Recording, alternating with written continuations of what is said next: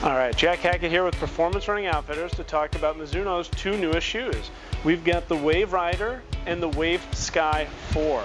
So let's hop in and let's take these guys for a ride. Cowabunga!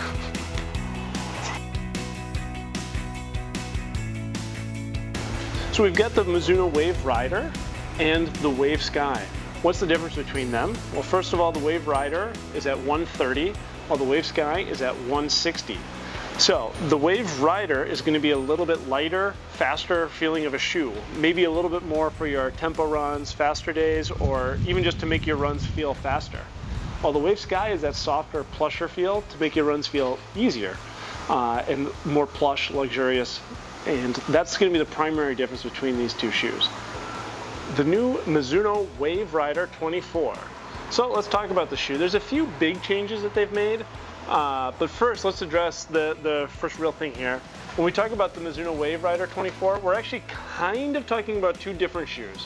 So the only real difference is the upper. One's got the kind of traditional mesh upper that you're used to, while one's got this wave knit upper. The knit upper is going to be more like a sock, a little bit tighter, snugger of a fit. But otherwise, everything else that we're going to be talking about is basically the same. So with the Rider, there's a few big key changes. The first being the introduction of the Mizuno Energy foam. This foam is going to be about 15% softer and 20% more responsive. And I might have switched those up. That foam is going to replace the Euphoric X, which was their super soft plush foam that they used before to get this softer feeling in the heel. The other big tweak is that wave plate that used to go all the way through to the midfoot has been cut back about an inch. What they're saying, and the reason why they're doing that, is it's going to help create a little bit smoother of a transition through to that forefoot. So those are the big changes on this guy. They're keeping the price at $130, and overall it's a very comfy, springy, soft ride. So then let's talk about Mizuno's other new shoe, the Wave Sky 4. So the Wave Sky 4, wow, how did that get there? That's magic. A few big changes for this shoe as well, because they largely kept the shoe the same, except for that Mizuno Energy foam now has replaced that Euphoric X that was on there before. So you're still going to get that same X Pop, which is a poured polyurethane with thermal polyethylene beads in there. It's a fancy way of saying it's really soft and it's going to kind of give you a good bounce. So those two foams in there give it a really nice soft plush feel.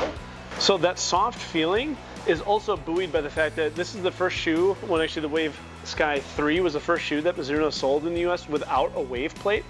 So that wave plate always kind of served to help stiffen that shoe up. What they've done is they've taken these two different density foams and used this kind of wave type design to help create some interlocking pieces in the foam that gives it some structure. And that's part of what they're talking about when they say the wave is now a philosophy as opposed to an actual technology. That sounds a little crazy, but that's what they're talking about, is this kind of creation of these pillars and how that interlocks and creates some stability. The big thing too that they had changed is they went to a gusseted tongue. So what gusseted tongue means is that it's anchored in, so it helps create a little more secure of a fit and a feel.